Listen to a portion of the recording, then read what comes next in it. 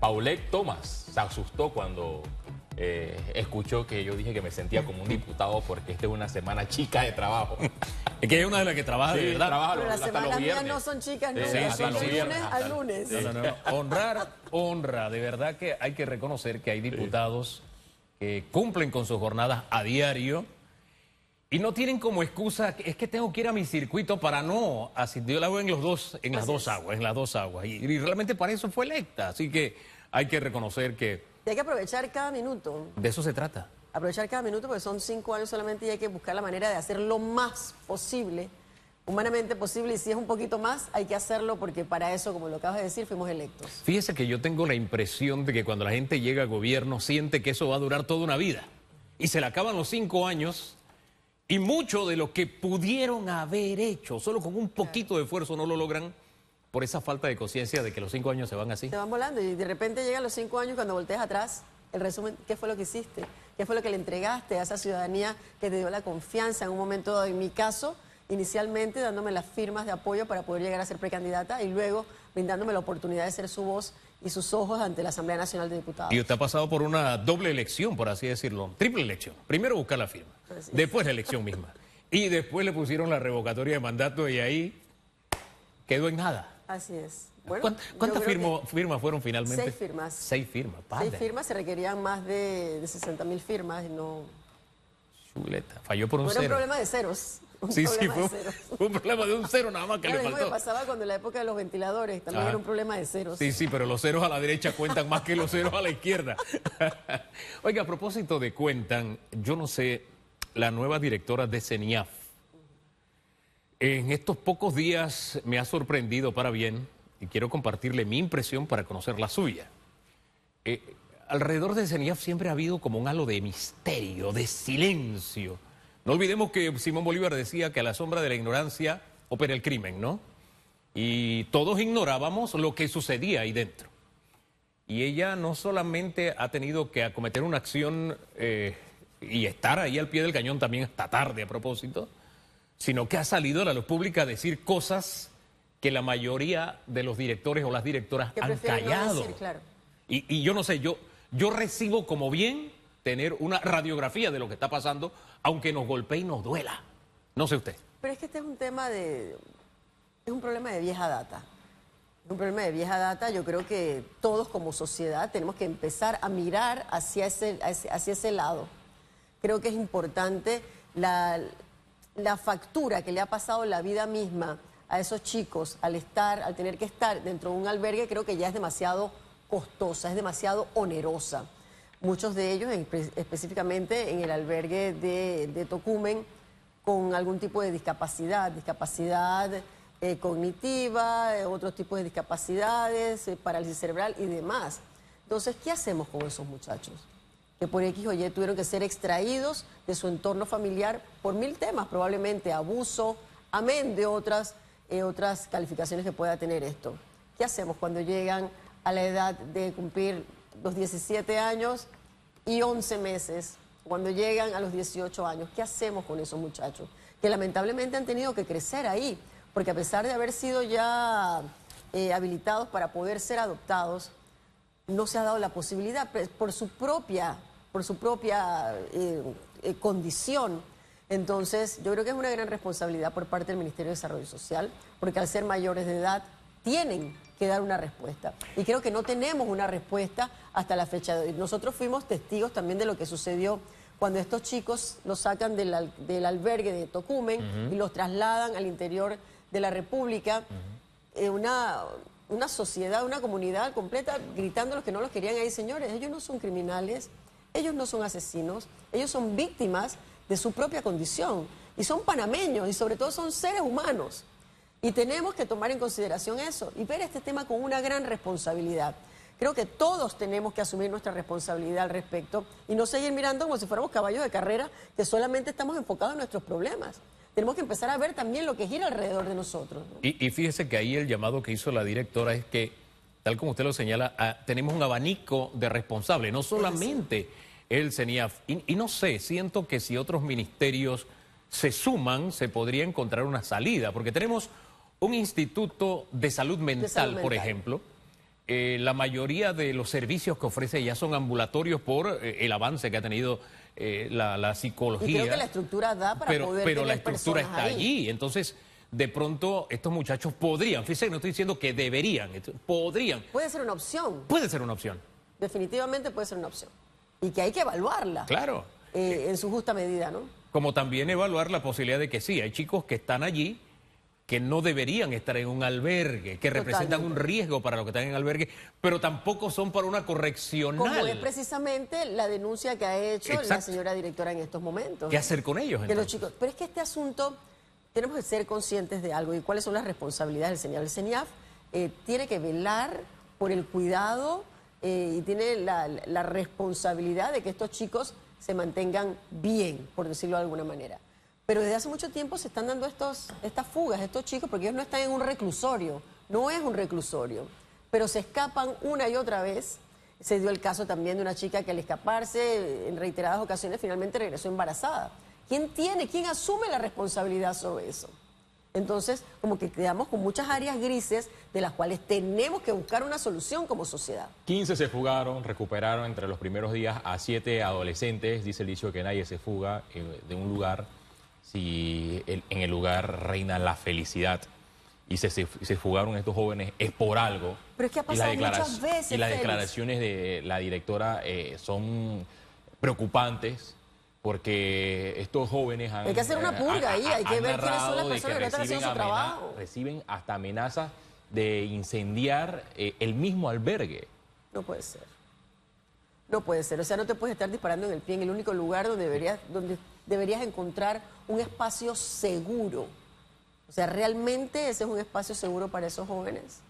¿O no han sanado o no hemos buscado la manera de que entiendan que esa es la alternativa que tenemos en estos momentos? Yo creo que hay muchas aristas en este problema, demasiadas. ¿Cómo se puede apoyar la directora de la CENIAF con la Asamblea Nacional, en especial con la Comisión de la Mujer? Que tanto la Asamblea como esta institución se pongan de acuerdo para hacer una inspección, una radiografía en los albergues y que no se diga, y que, como ocurrió meses atrás, no, es que la Comisión de la Mujer quiere ir a X albergue, pero la CENIAF dice que no, que lo va a llevar a otro Pero albergue. hay un asunto también, cuando tú vas a visitar un albergue, estás hablando de niños y niñas, o sea, menores de edad, que en vulnerabilidad. Entonces, tienes que tener mucho cuidado también porque son situaciones distintas las de cada uno de ellos.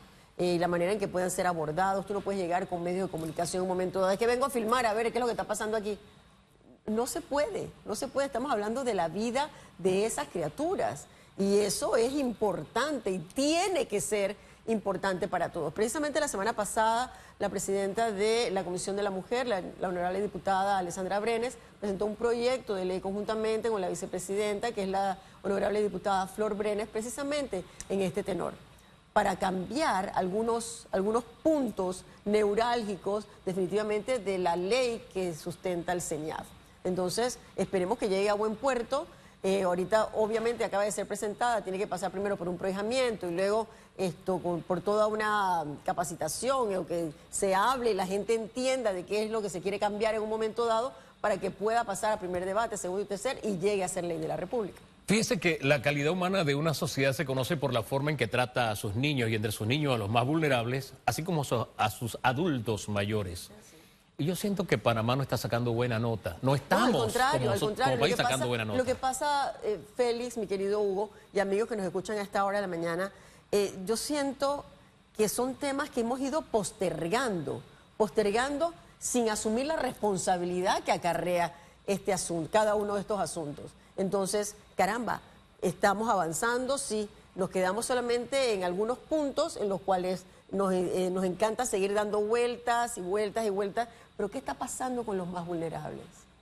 ¿Realmente estamos haciendo algo de forma y fondo para brindarles una alternativa? Caramba, son panameños, lo merecen y todos tenemos que trabajar para tratar de que esas personas también tengan oportunidades. Y justo ese tema ayer fue abordado en la Asamblea Nacional, pero en la Comisión de Gobierno, donde los diputados formulaban preguntas relacionadas a los abusos de los menores en los albergues. Se va a designar al próximo defensor del pueblo.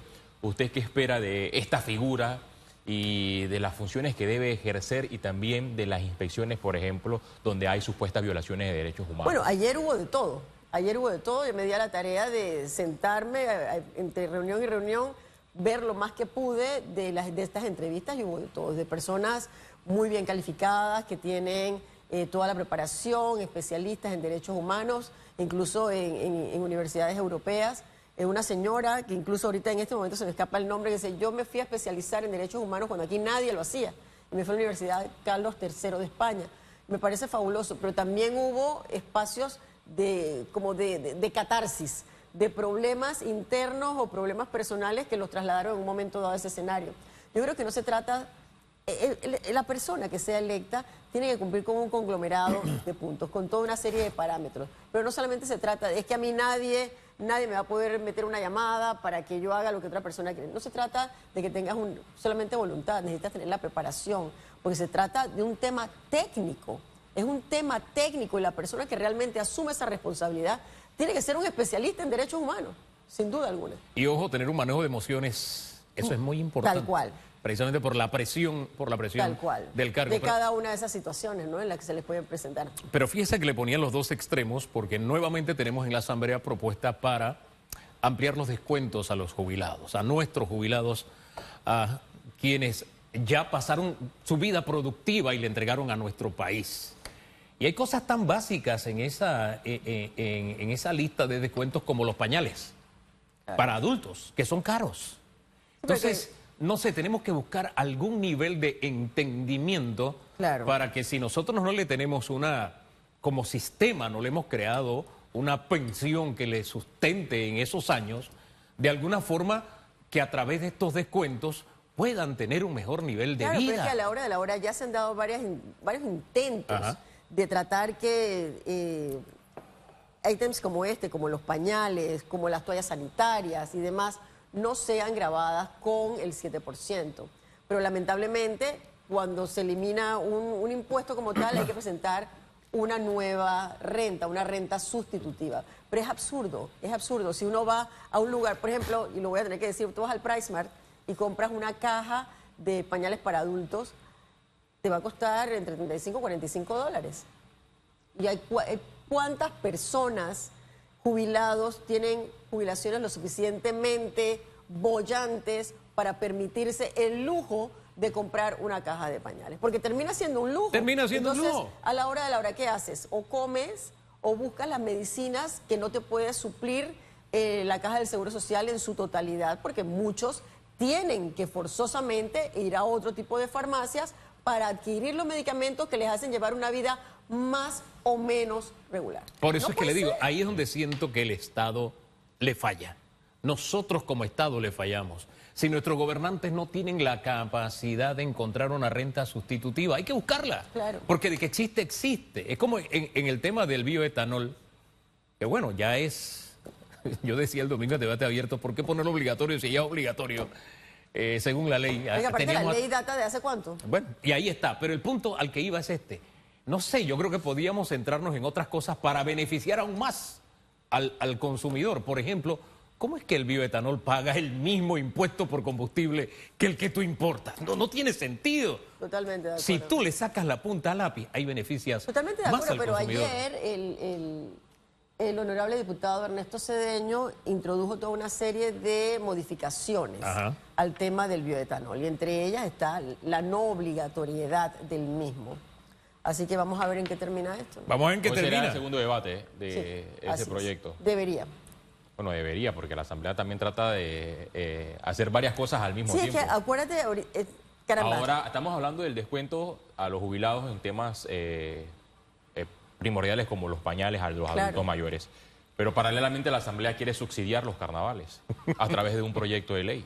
Los carnavales que por décadas han funcionado con rifa, con organización que data de desde un año para prepararse esos carnavales. Yo quiero saber. Con los fondos que inyectan los mismos familiares de las reinas, con las organizaciones de esta zona, pero la Asamblea dice que el Estado muy bien puede aportar fondos. ¿De dónde va a salir esa plata? Yo creo que tú necesitas hacer un estudio económico previo antes de presentar una ley como de esta envergadura. Entonces, ¿de dónde va a salir ese dinero? Es lo que yo me pregunto. ¿De dónde va a Le salir? ha preguntado a sus colegas, en especial a Manuel Cohen, que creo que es el proponente. Le voy a hacer la pregunta, sin duda alguna, pero se me hace de muy buena voluntad, qué bonito. Incentiva también el turismo, el interno y el internacional, qué bien. ¿De dónde va a salir esa plata? Esa es la pregunta del millón. Ahora, no sé, yo como contribuyente me sentiría muy incómodo que teniendo tantas prioridades sociales a las que no le damos respuesta, vamos a sacar entonces de mis impuestos para una fiesta de la que yo no participo. Hugo, tú acabas de dar en el clavo. Tenemos una lista de prioridades, tenemos un rosario de problemas. Y yo creo que tenemos que tener un escalafón de intereses sobre qué es lo que va primero y qué es lo que va después. Entonces, definitivamente un carnaval no siento que esté en los primeros puestos de interés de un país que tiene tantos problemas. Tenemos graves problemas de agua. Aquí mismo, en Betania, Pueblo Nuevo, en Villa de la Fuente se va el agua todos los días, Altos de Betania. En muchas casas desde las 7 de la mañana hasta la noche. ¿Qué es lo que está pasando? Ahí tenemos un asunto también cerca de Momi, por la iglesia de la Santísima Trinidad, que se iba a hacer una obra que la empresa anterior, la empresa que estaba llevando a cabo el proyecto, abandonó. Afortunadamente acaban de fallar en favor del IDAN y se va a poder hacer efectiva la fianza para poder llevar a feliz término esto. Pero esto no va a pasar mañana ni pasado. Todo tiene su tiempo, todo tiene un proceso. Entonces, yo creo que esas son las prioridades, ¿no? Educación, salud, que el panameño tenga una mejor calidad de vida, por Dios. Así como el proyecto de fondos para los carnavales, hay otros. Ahora también el Estado, en caso tal el proyecto sea aprobado y sancionado, debe destinar el Estado fondos para los patronatos de las organizaciones de las bandas independientes. Esa es una iniciativa también que fue aprobada, si la memoria no me falla, en la Comisión de Educación. En la Comisión de Educación. Y me acuerdo que el colega Benicio Robinson, hijo, se me acercó. Tú sabes que la música, yo sé que la música es muy importante para ti. Digo, la música es mi vida.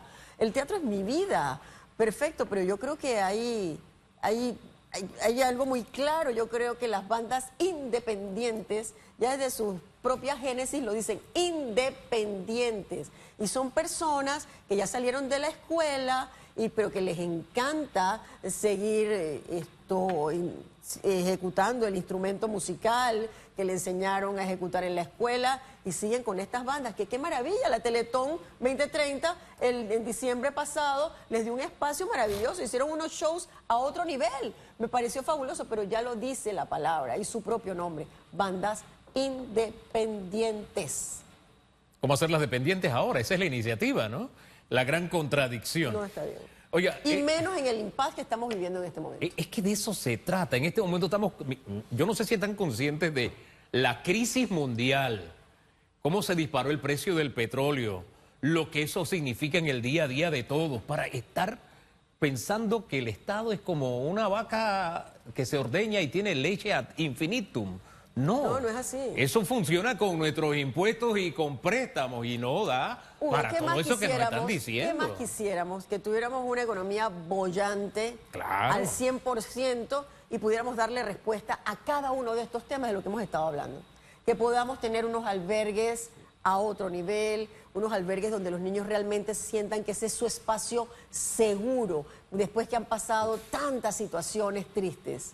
Pero no lo tenemos.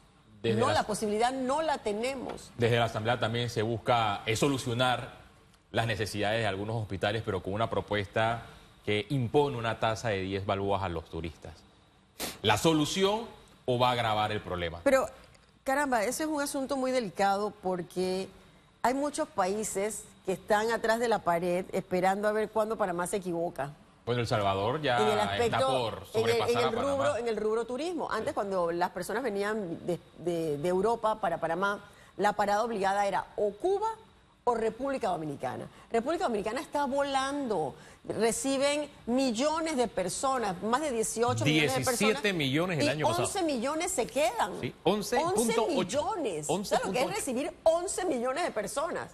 Ya quisiéramos nosotros recibir 7. No lo estamos recibiendo. O sea, Panamá es el hub de las Américas y sigue siendo el hub de las Américas gracias a las interconexiones de Copa. Duélale a quien le duela. Es una realidad, pero hay muchos países que están esperando nada más que demos un traspié para entonces ellos robarse el mandado. Señores, tenemos que tomar cartas en el asunto, ser responsables y definitivamente ver también lo que está aconteciendo con nuestros vecinos en el área. Y el proponente Benicio Robinson Jr. ha dicho que los medios de comunicación han dicho muchas falsedades porque han señalado que se quiere imponer una tasa de 10 balboas cuando su proyecto dice 5 balboas. Yo me puse a leer el proyecto de ley y dice 10 balboas. Yo quedé sorprendido. ¿Cómo es que un diputado A lo mejor no es un sabe cambio que se está introduciendo, no sabe. lo que él mismo presenta? Bueno, pero yo creo que hay que ser muy responsables y vuelvo y repito, ojalá tuviéramos esta situación súper bollante a nivel económico, que estuviera súper engrasada esa maquinaria de la economía de este país, que se están logrando éxitos pequeñitos y vamos en aumento, en aumento, en aumento. Precisamente ayer el ministro Felipe Chapman estuvo en la Asamblea Nacional hablándonos de los progresos que se han dado hasta la fecha. Entonces yo creo que tenemos que ser conscientes de eso, que son pasos que a lo mejor la gente no lo notará tanto, pero tenemos que estar todos en la misma dirección, tratando de empujar la carreta de este país que se llama Panamá. Háblenos de sus proyectos de ley, en qué estatus están. Bueno, ahorita estoy pendiente de segundo debate, el proyecto de ley 108, que es el de bienestar animal, que fue aprobado en primer debate el 20 de octubre del 2025 y creo que toma una relevancia muy particular luego de los casos de los cuales hemos sido testigos las últimas semanas. Los 2 perros que lamentablemente murieron asfixiados en el carro mientras trasladaban al propietario de los perros ante una situación policial. También el caso que se da también en Colón, cuando un oficial supuestamente termina ultimando a un perro de un balazo porque se acercó demasiado a una persona. Entonces, yo creo que es importante que tomemos cartas en el asunto, porque no solamente debemos defender a los animales, que son seres también que tienen sentimientos, sin duda alguna, pero es importante que nosotros podamos ir identificando a esas personas que son capaces de hacerle daño a alguien que no tiene voz. Porque cuando ya lo logró hacer con un animal, probablemente el siguiente paso sea hacerlo con un niño, con un adolescente, con una mujer, con un hombre o con un adulto mayor o una persona con discapacidad. En su circuito hay estructuras históricas, hay un proyecto de ley relacionado a la Casa Blanca. La ¿Por Casa qué le debe Blanca, que es la interesar mansión esto del Valle, a los ciudadanos? Es una ley al no olvido. Yo creo que es importante que nosotros estemos conscientes de quiénes somos, de dónde venimos. Nuestra historia es relevante y si no la conocemos, estamos condenados a repetir siempre el mismo problema una y otra vez. Entonces, aquí lo que se trata es el área de Bellavista, que tenía una arquitectura muy particular, la arquitectura bellavistina, ha ido desapareciendo. Este edificio en particular tiene unas manifestaciones arquitectónicas maravillosas, artísticas, hermosísimas. Tenemos que preservarlo. Hoy día alberga la Alianza Francesa, que es quienes están encargados de preservar y mantener este edificio. Esto no le va a causar ninguna erogación al Estado panameño. Simple y sencillamente es una manera de recordar quiénes somos, de dónde venimos y hacia dónde queremos ir. Entonces es importante porque una vez que ya esa casa sea reconocida como patrimonio cultural, también hay un radio de protección a otras edificaciones que están cercanas. Eso es importante. También tenemos pendiente, ya hoy precisamente va a ser prohijado el proyecto de ley de los hospedajes. En este país, lamentablemente, se da mucho turismo sexual, internacional y nacional. Y aquí una persona que tenga el efectivo contante y sonante o tenga una tarjeta de crédito bollante puede ir a cualquier hotel, alojamiento, pensión o lo que sea y puede ir con menores de edad y nadie le va a exigir que compruebe cuál es su filiación con ese menor de edad. Apatel no ve con buenos ojos su iniciativa, aquí lo dijo el presidente. Bueno, lo lamento, qué pena, yo creo que aquí lo que debe primar es el proteger a nuestros niños y niñas de Panamá y del mundo. Yo no estoy inventando el hilo negro, esta ley ya es ley de la República en España, en Perú y en Colombia. Tenemos que proteger a nuestros niños. La trata es una realidad, el abuso es otra realidad. Aquí hemos tenido niñas con embarazos a los 10 años, a los 8 años de edad. ¿Tú crees que eso es normal? Pues para mí no lo es, ni para la sociedad en general debería serlo. Nosotros tenemos que garantizar que los niños no sean abusados. No, y una medida como esta blinda el propio negocio. Claro, por supuesto. Por supuesto, que entre todo el mundo, que todo el mundo haga lo que le dé la gana dentro de tu negocio. Yo creo que no. ¿Cómo te vas a sentir si a la hora de la hora luego una investigación sale que estamos en el hotel tal y en tal lugar pasó? Te vas a sentir fatal. ¿Y sabes qué va? La gente entonces te va a pasar una factura social. Y ¿sabe qué? De los proyectos que nos ha hablado, me quedo con el de la Casa Blanca y hay un detalle que es importante, de verdad que hay que subrayarlo. No representa una erogación para los contribuyentes. Es así, es importante, es importantísimo. Pero caramba, ¿qué tenemos ahí en el área de Bellavista? Donde está el edificio Hispania, que está en la parte de atrás del Parque Urracá. Ahí está, ahí alberga también el edificio Sousa. El edificio Sousa, que antes le decían el Pepto-Bismol porque estaba pintada de rosado, sí. Ahí alberga el Museo de Ricardo J. Alfaro. O sea, la relevancia de Ricardo J. Alfaro, que yo creo que tampoco, yo creo que tenemos una deuda enorme, tenemos calles, tenemos demás, pero creo que deberíamos saber un poco más de la vida de don Ricardo J. Alfaro. Entonces, yo creo que es momento también de darnos cuenta, hacer un alto, porque si conocemos nuestra historia, probablemente empezaríamos a tener respuesta para muchos de los problemas que hoy día nos agobian. Y en el caso de Ricardo J. Alfaro, ha sido tan injusta la historia que la avenida que lleva su nombre, la mayoría la conoce como Tumbamuerto. No por el nombre de este prohombre nacional. Es así, lamentable. Y también estamos a la espera de, ya pasó primer debate, el proyecto de ley de los pacientes electrodependientes. Así que ahí vamos. En este espacio hemos hablado de la niñez panameña y los derechos de la niñez. El próximo 2 de abril se celebra el Día Mundial sobre el autismo y usted recientemente ha presentado una denuncia o lo ha elevado a la Cámara Legislativa. Es muy triste lo que está pasando. Sobre un caso de acoso a un chico de 14 años. ¿Esto dónde se dio? Oriundo de Paraíso. Se dio específicamente... Hoy día ya estamos para cumplir casi el mes que dio inicio el año lectivo.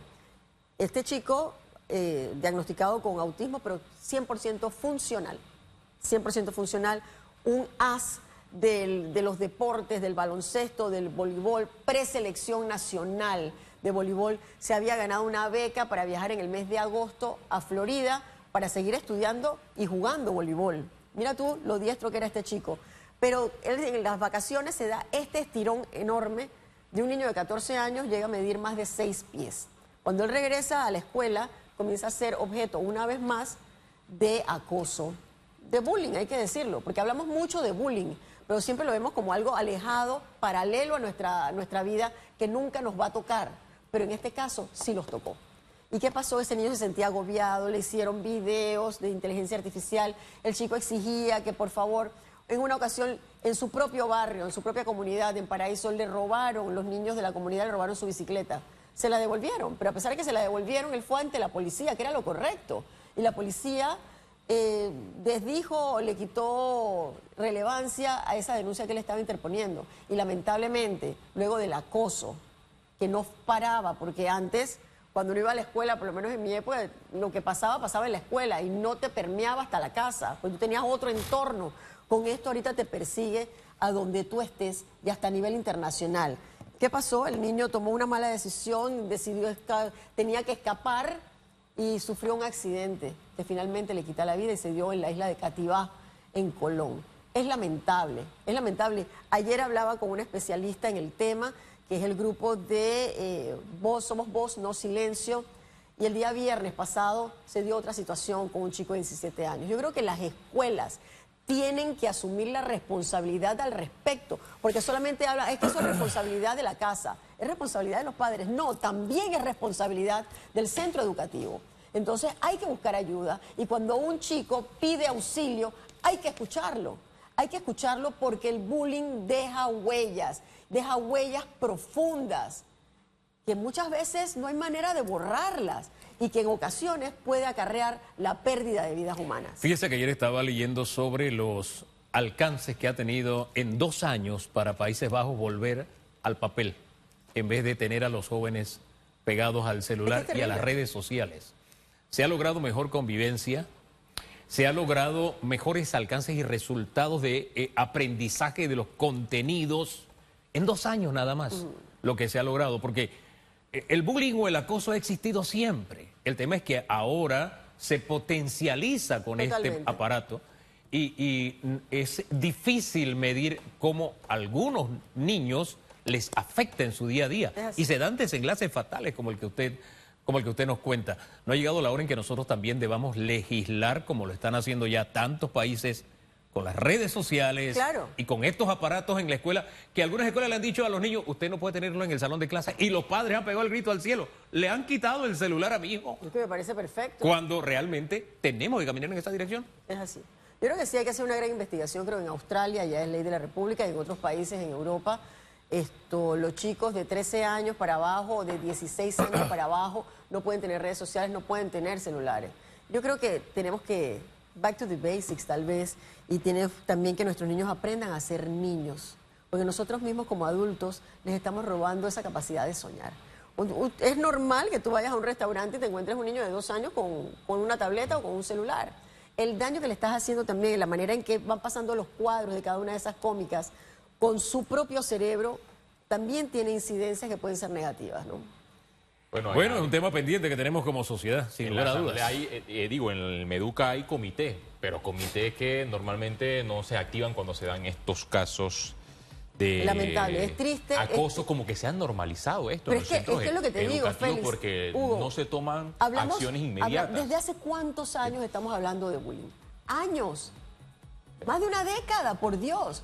Pero estamos realmente buscando soluciones para que no lleguemos a estar donde estamos hoy día, que una madre y 2 hermanas lamentan la pérdida de un miembro de su familia, donde en una mesa de comedor, a la hora del desayuno, al almuerzo o a la cena, hay una silla vacía. Y no una silla vacía porque una enfermedad o porque simple y sencillamente algo sucedió y ya no está, pero tuviste un proceso. No, es algo abrupto, es disruptivo y rompe el orden de esa célula principal de esta sociedad que es la familia.